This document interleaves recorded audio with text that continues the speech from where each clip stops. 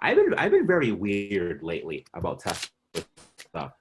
I've decided to become like a Tesla simp, as I say all the time, and I just let all the things that are going to happen to me naturally happen to me and not complain about them. A story that I haven't told anyone yet was that the Model X that I purchased a year and a half ago, 2 years ago from Tesla, it came with lifetime free supercharging. Ooh. Which is awesome. That's the one you picked up with Mom? I plugged my car in and I started to get charged for supercharging. Because you're rich. And that one you bought from them? From them. After waiting on it for like months. You know what I did? Nothing.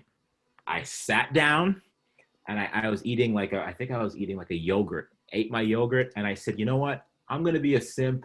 I am just so happy to be in such a nice vehicle and give Tesla the remainder of the money that I have. And you didn't even write him an email? Sorry? You didn't even write him an email? No email, nothing. I ate my yogurt, I stopped supercharging, and I just drove home. That's all I did. Here's $8, Elon. Yeah, thanks. Hey, you know, I enjoy your new. Actually, wait. I think he's the fourth richest man in the world. I helped do that, so you're welcome. It felt good because I knew that if I said something and made us think about it, it would be a wave of just again the headless drone. Oh, the Musketeers. Oh yeah. You should see some of the justifications. It's truly amazing. The justifications to say, why is this a problem? So what? You just paid $9 for supercharging. Do you know how much to be free? What the tank of gas is? That's what they say. You could have paid $100 for gas. You're furthering the mission. Oh God! Oh please! Someone? Hey, do me a favor. Could someone just go on Google and type in the mission and tell me what that is? What's the mission? To accelerate the transition to sustainable energy. Former Tesla employee, Rich. Thank you. Wait. But did they change their slogan? Oh yeah, they did. They changed. It wasn't always. At first, it was 3 years ago. They changed it. What they change it to? You want your money? Give it to me. Yeah. Well, I mean,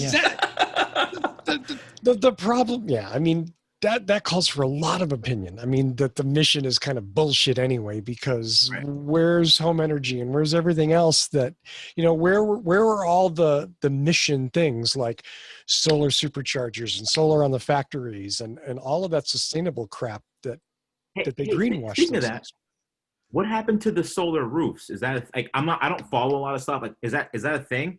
Yeah. They say they're starting to roll them out. I saw a couple people. I talked to a new owner of it the week before last. Okay. But it doesn't seem to be going that quickly. Okay. You know, they used to accuse Apple and Steve Jobs of being surrounded by the reality distortion field, and everything he said was totally out of touch with what was actually happening and taking place.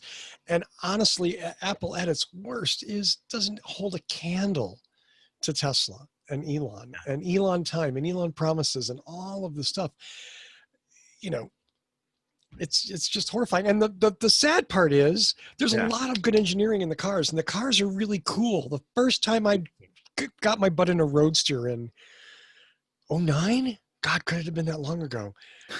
I mean, it changed my worldview. Yeah. Literally changed my worldview. Yeah.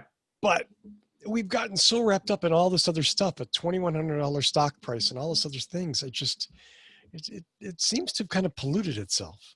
Right now, they're unstoppable. Yep. Yeah. They have very few people have the tech and they have the vision. I think they have a lot of smart people working there. They have the tech, which is almost unstoppable. But again, they have the fandom too. It's the fans. Like I had a skit that I had to pull from a video because it was a little bit too risky. But I had a skit of. Actually, I'll share it with you guys later. I think I'll probably put it on Twitter. It'll probably get pulled there too. But it was a skit of a man walking into the restroom, right? And he passed all the stalls, right? and he went to a stall directly next to another man, and he turned and looked to him and said, "I drive a Model 3." It was the play on, you know how like they have Supercharging. bathroom etiquette where you have to be a certain distance. This man, Yeah. you know what? I need to let you know what I drive, and it's a Model 3. Right And next to it. it's funny because I've never seen anything quite like it. The followers, and there, it's a brand that's it's reminiscent of Apple, but I think it's stronger than Apple. It is stronger than Apple because with Apple, you have the tech and you have, hey, I have an Apple computer, I have an Apple phone, and I have an Apple Watch, and these are all great things that I have, and they're better than anything that says Android on them. And then people fight, and then they forget about it. When it comes to a car that costs X amount of money, which is a large sum of money leaving your bank account, people become very, I want to say, attached and like self-justified for their purchases because it's a large purchase.